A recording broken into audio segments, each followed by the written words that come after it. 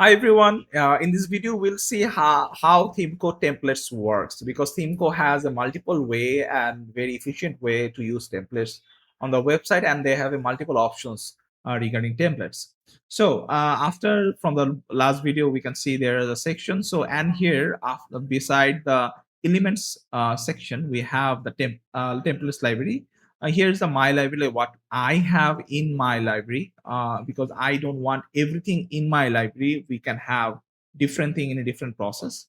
So and this one is a ThemeCo. This is the basic.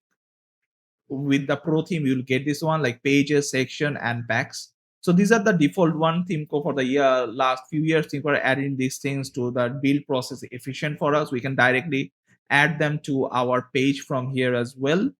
So and see, this is what we have in here. Somehow the image isn't come in, so that's okay. And also from here we can see that there is another one that is max.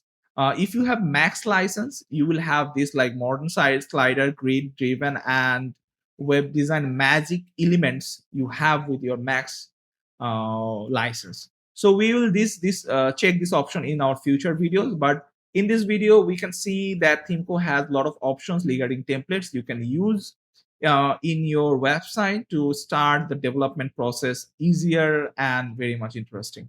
Thank you.